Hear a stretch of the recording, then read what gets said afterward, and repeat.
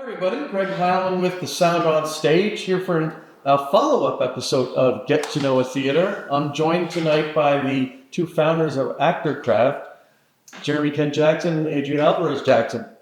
Welcome back to the show, guys. We're excited to be here. It's a great episode. Feels kind of special. Yeah. Well, last time we chatted, probably, I guess last year, we were in your studio space over off Wade Fosdick near Galaxy Theater. Tell me about where we are now. You want to lead that off? Yeah, this is actually an amazing space. This is one of our actors who was actually our set designer from Mauritius. We just sort of stumbled upon him. It was like a diamond in the rough. We're like, oh, if we only had a set designer and builder. And he was like, yep, he went to, did he go to Yale?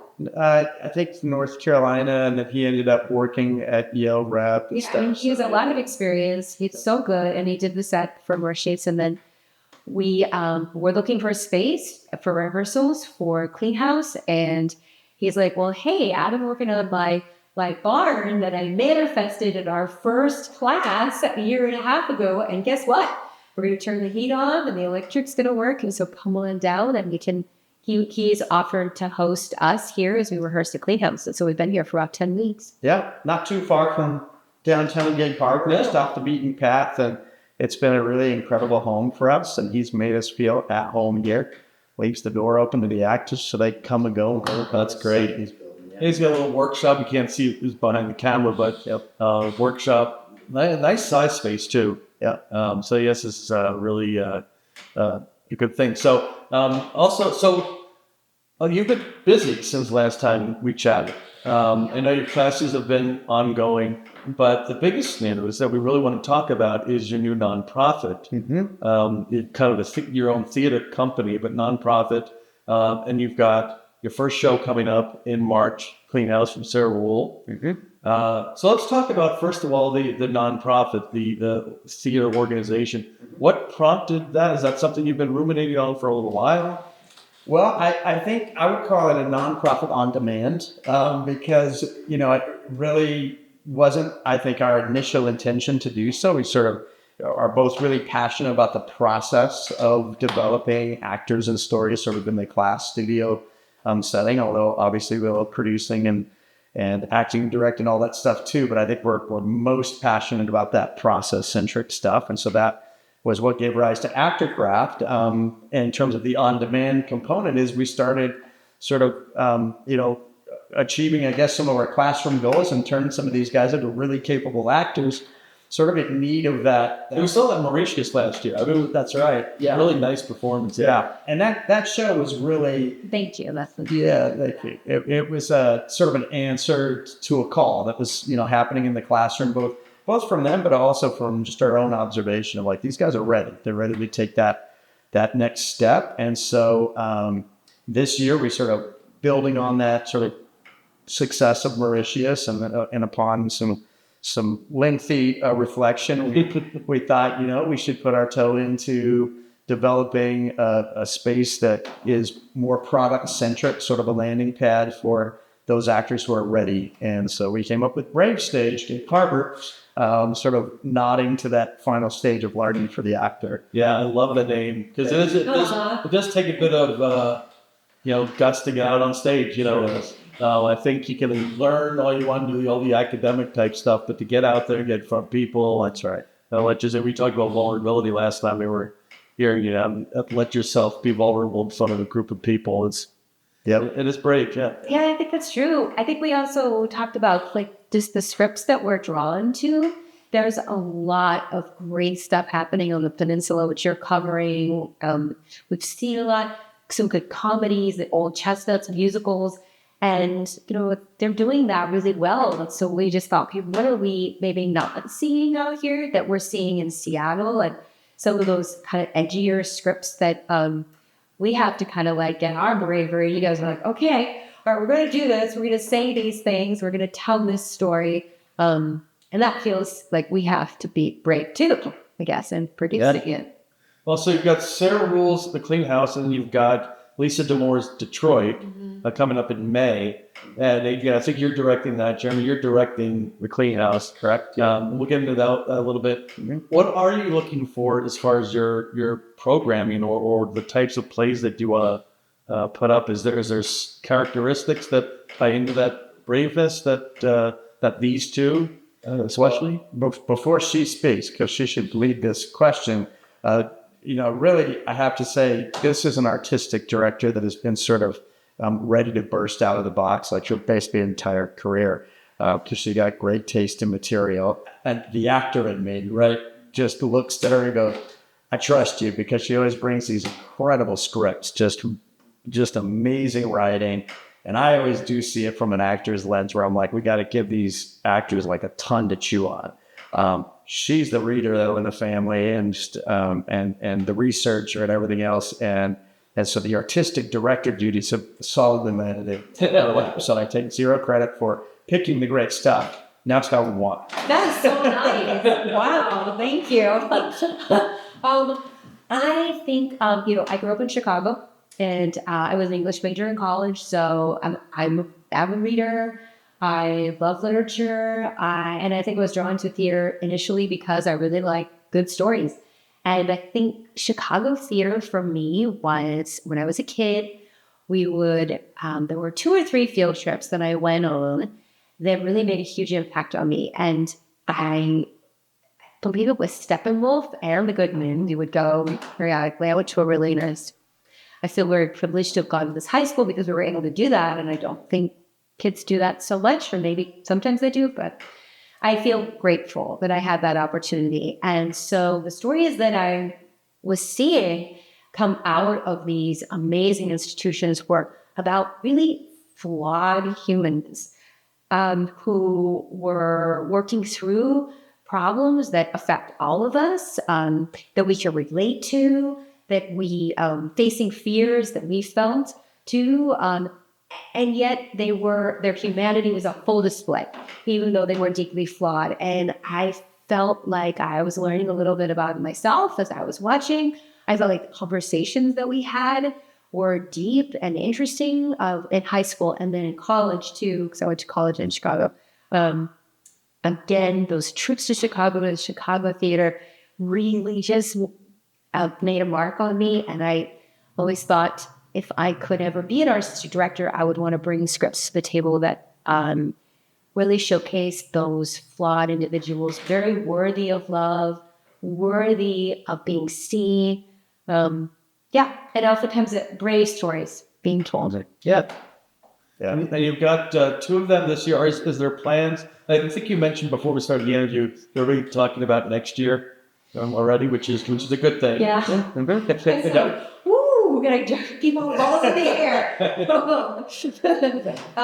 I am thinking about next year. We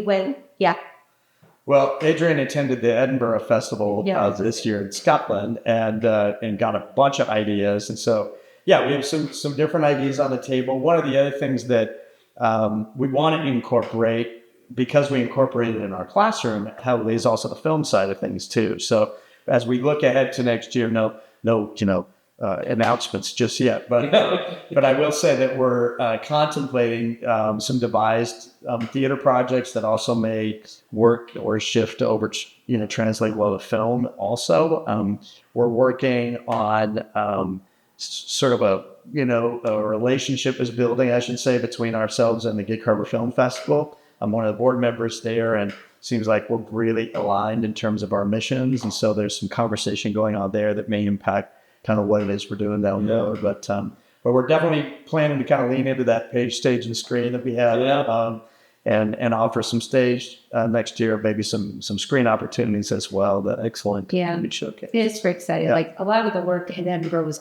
a lot of original materials. So like, how could we create an original piece around an issue that's particularly relevant right now in America, something having to do with immigration or immigration stories, or where our ancestors are.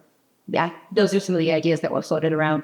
And then filming it as monologues or putting a piece together there and taking over. And those, one of our ideas but there's a lot of stuff in the base right now. Great.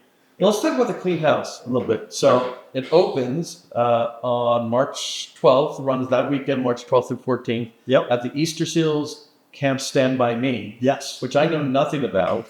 We didn't either. Yeah, yep. That actually, sort of came through. What we're just loving about Gig Harbor and the peninsula out here is, as we said, I think in our first interview, sort of parachuted here. Not much of, didn't know a whole lot of anybody out here, but we just sort of been finding our way, and we stuck our little yard signs in the ground for the studio, and lo and behold, the community showed up. And the reason we're at Easter Seals Camp Stand By Me and sort of discovered this place is also because of that community. In this case, it came really through our son and some folks that he met at his school that, kind of one thing led to another. And we found ourselves breaking bread with a great family who has a young person who both attended the camps up there and now I think serves the camp as a lot of the employees. It's incredible, gorgeous space out there right on the edge of the water, and serves all kinds of folks. They just redone the facility. It's really beautiful. Yep. So we're a little homeless right now, but we're thinking that's part of our charm. Yep. You never know where we're going to show up. Where will Great Stage be next? Who knows? Yep. That's sort of our thing right now because we were at the high school. We're going to be at Easter camps. Stand We're going By. to stand by me, and then we're going to be on Fox Island. Pretty Wow. Yeah. Yeah, and there's a theater company up around Port Townsend, Saltfire Theater, and I credited them for proving that theater doesn't have to be a building. Theater is what you make it, where you make it. Yep. And that's exactly, it sounds like what you guys are doing, taking advantage of this, not having a home. You make anything with theater space. This could be a theater space. Yeah, we've entertained. We're like, how many seats can we jam in here? I think you're right. I think, and it really goes with our brand. And I think one of the things that when we talked about sort of the double kind of Actorcraft, remaining the studio, the school end of things, and then having Brave Stage its own entity.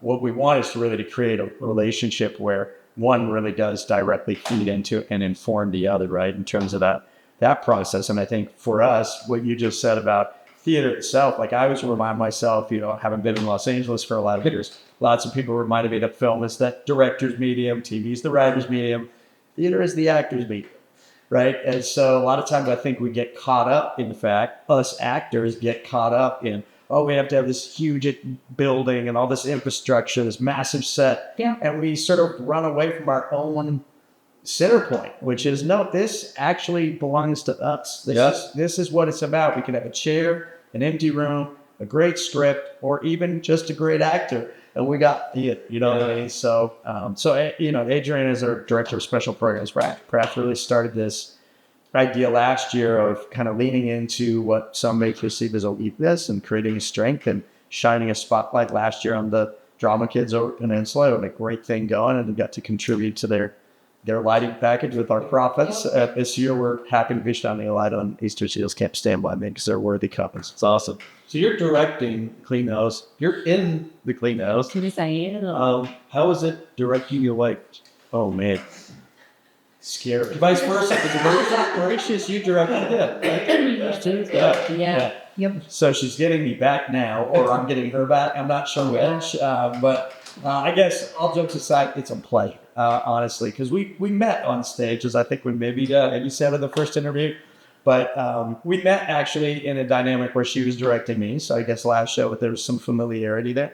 That's a long time ago. It's scary how long. Yeah, that was. Yeah, it was. But yeah, so in some ways it feels familiar, but this is brand new. I've never directed her before, and to be gifted with somebody who has like the sort of training that she's got, the professionalism and all that kind of stuff at sort of the center point of our cast, and this is, I think, another model we sort of hatched last year. So we're like, I don't know, we don't want to always be spotlighting ourselves. That's not our mission.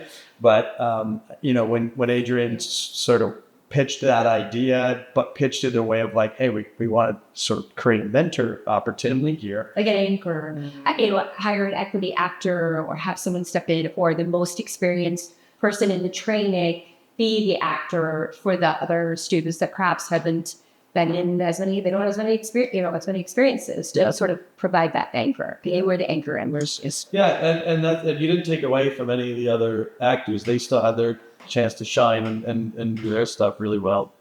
So I think that was a good way of doing it, I think. Thank you for that. Yeah, I think we're definitely in that same ballpark here. She's got a character that definitely provides sort of a spine, but there's so much room for the characters around her to she's the center, but I don't know if I would say. I mean, it's interesting. Of an ensemble. Yeah, it's definitely an ensemble yeah. for sure. Through an There's ensemble. lots of meat for everybody else to like chew on. Yeah. A lot of material. Absolutely. And I would say, too, something different on this show, because we actually have an understudy working under Adrianne for her role, and also another role. You'll probably recognize Aubrey McGregor, who was in our show last year. She's playing one of our lead roles, and we put sort of lesser experienced adult student under her as an understudy. So we're creating sort of a peer mentorship model as well, even with those folks who've been in a few classes with us. With a guaranteed show. So then they get that show. And it provides them that opportunity to step out there. Because you can coach in a class, you can talk about what it's going to be like, but unless you've stepped on that stage, the lights and the audience, you just don't know. And so they'll get that opportunity. And then when we go into auditions for next year, then they could probably step into taking on a role themselves. Yeah. And not to mention being an understudy is a skill unto itself. Yes. So we talk about a lot. It is. Yeah, I know. Talk about a lot in rehearsals. We have been giving them their time, but to their credit, they've really They're amazing. taken that role on with professionalism and ease too. So yeah. Awesome. So then May, we've got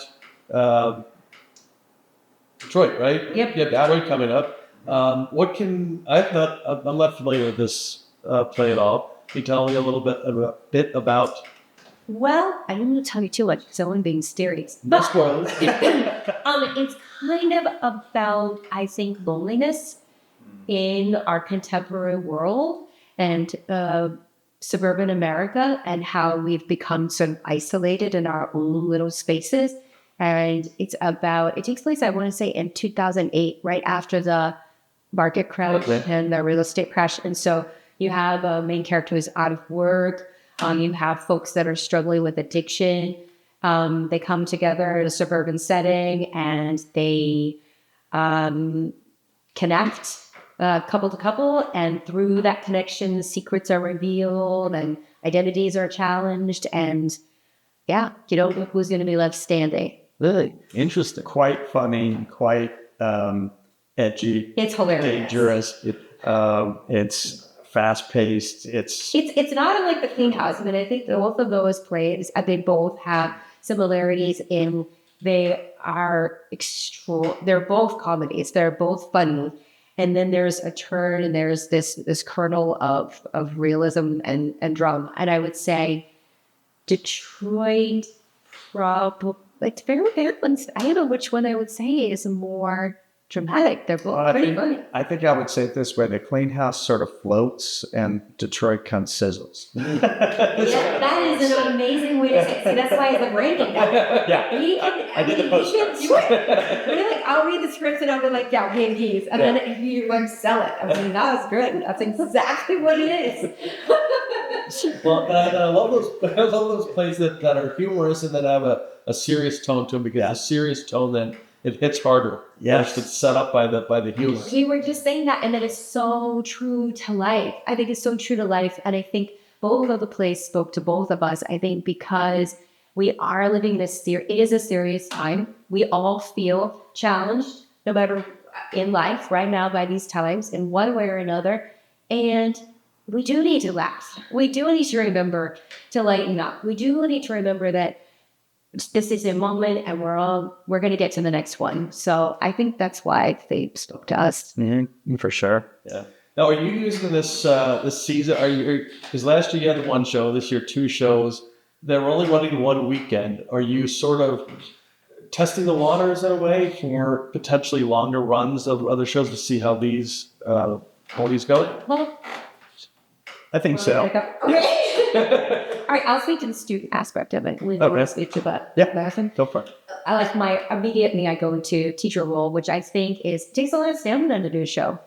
Takes a lot of stamina. I think people who haven't done it really don't totally understand what that is.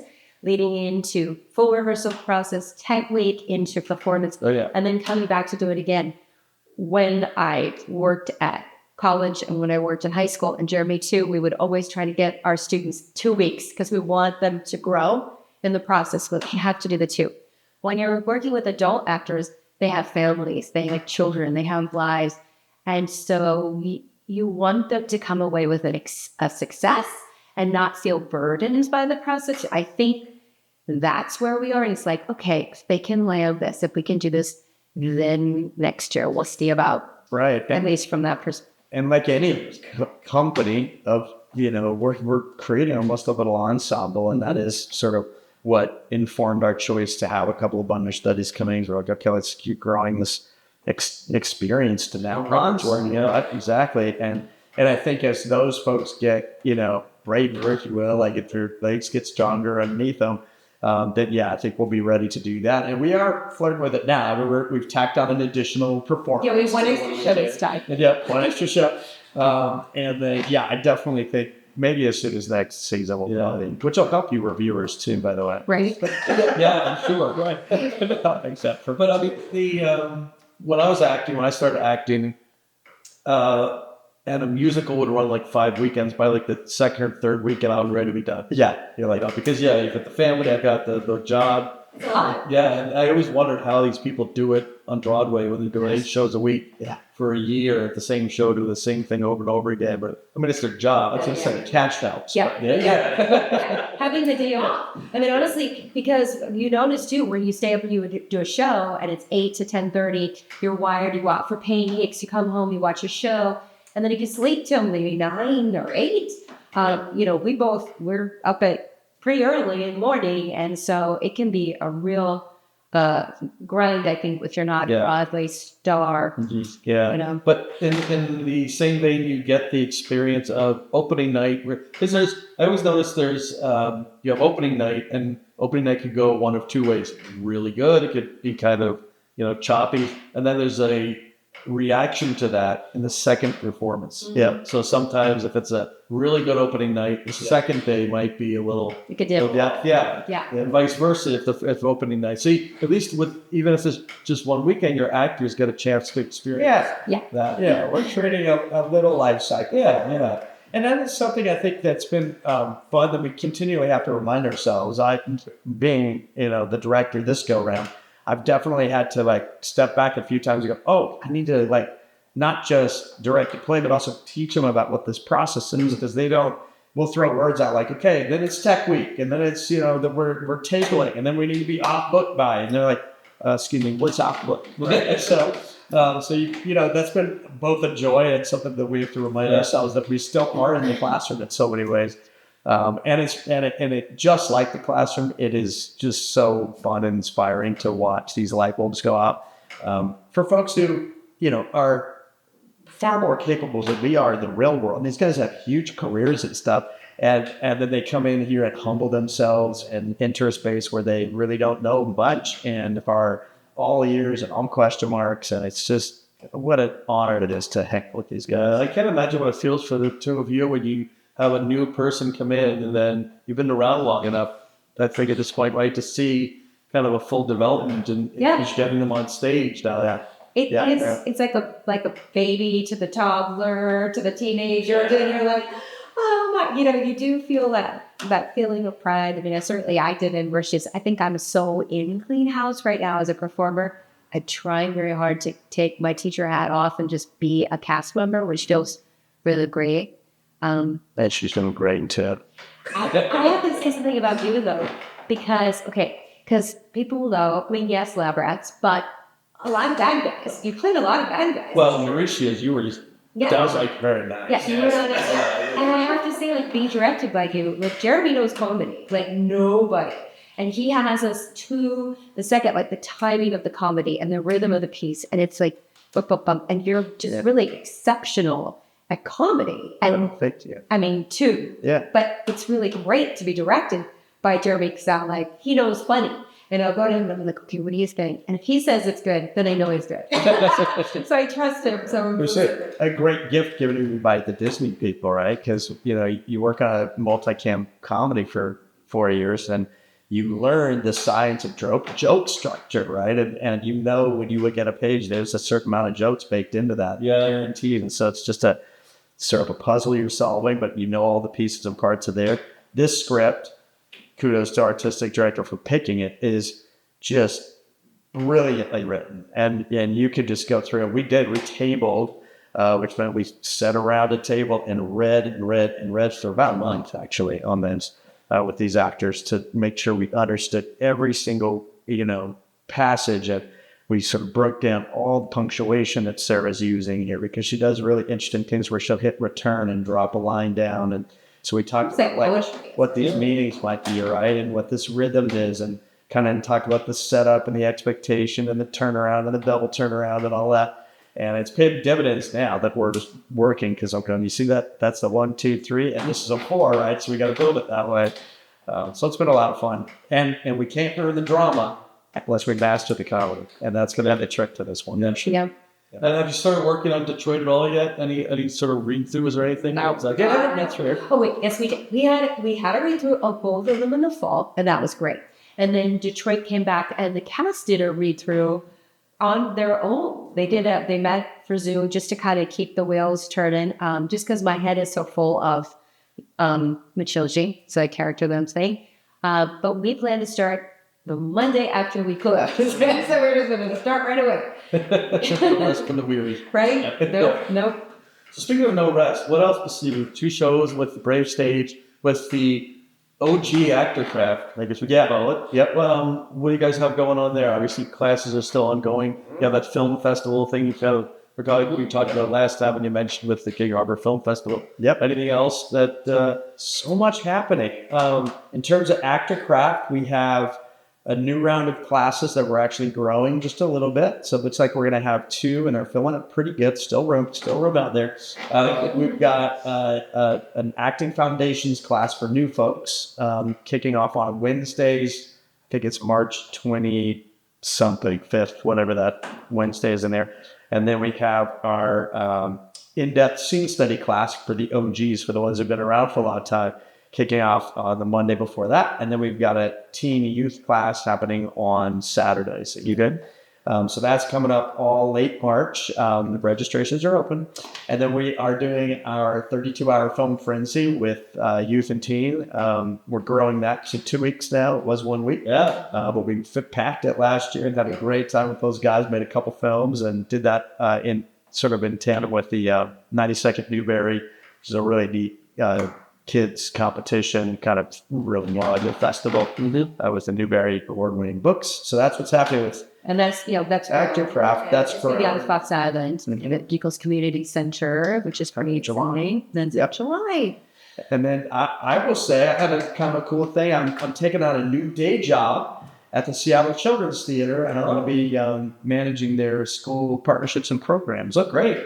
So that's kind of filling in the other 80% of my life. Yeah, which was, I guess it was ACT before, but then Union Art Center. So you moved from there over to That's right. Children. Literally just this week. Yeah, and I'll actually going to see my first show there in a couple of weeks. Going to see At Children? At Children. Yeah, great. It's a Young Dragon. Yeah, I'm excited about that project. That's for my game. I'm doing all my onboarding, and I'll read you about this amazing project. Kiko Green is such a phenomenal series. Yes, for sure. Yeah, for sure. Just trying to catch that in our Yeah. free time. Yep, that's right. And then Adrianne, of course, continue. Tell them just really quickly about what you do during the day, because she wears 3 hats I don't be so her school district. I don't know if that's Well, but I think it's important because it right. speaks Well, I'm an educator, and I think you know that. I am the director of the multilingual learner program at Central Kitsap. So I work at a junior high, and I also work with children with disabilities. So I work specifically with our dually qualified population up there, and I co-teach an English class. But I have a passion for students with disabilities, and And that is like on our really would love to, at some point, work to create a program to invite more students with disabilities into our program. Yeah, that's really the connection to Camp Easter Sales, I think, because we'd love to create something where we could work to develop opportunities for those students to tell their stories. And we think that'd be a great space to do it maybe down the line. Yeah. Sort of our goal, but my goal. So I'm pretty passionate about that. Good. Now, Central Kitsap. I know Paulsbo is North Kitsap. Yep. Obviously, Port Orchard is South Kitsap. We have Bremerton. What is the area that Central Kitsap Well, covers? I think it is part of Bremerton. I think it's Bremerton, Silverdale. Bremerton, Okay. and So probably the west. back. I guess it's West Bremerton. Whatever's Yep. closer to Silverdale, I guess. Yeah, closer to the mountains, right? We're going that way? Yeah, because I used to teach at Pinecrest Elementary, and I believe that is in Bremerton. But basically, I drive here every day in the dark, and I come back to get drunk. So I don't know Maybe it's asking the wrong people. from LA. It's over there. We gotta go north. Well, yeah, we've been here for just 10 years, and like I'm still trying to. My wife knows everything everywhere. I'm still. Okay, yeah, Forget it. I know how to get to the ferry in the morning and go over to work. That's right. And it really is dark. It's dark. But anyway, thanks for asking. That's what I do in the day. That's my day job.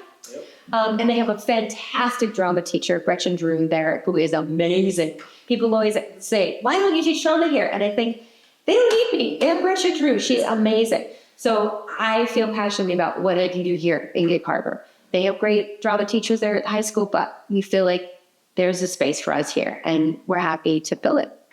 All right. Well, for people to get information on Brave Stage, on the Film Frenzy, on Actorcraft classes, it's Actorcraft P2S. Okay. P like page, the number 2, S like stage and screen. .com. You got it. Yep, you got it. And we've got a little Brave Stage sort of, tab at the top. Click that. You can get tickets there. Okay. Yep. Yeah. And the Clean House opens on March 12th, runs the weekend, March 12th through the 14th. You can go out to the website to get tickets. I can't wait to see you on Friday, the 13th. Yes, it is. Yeah.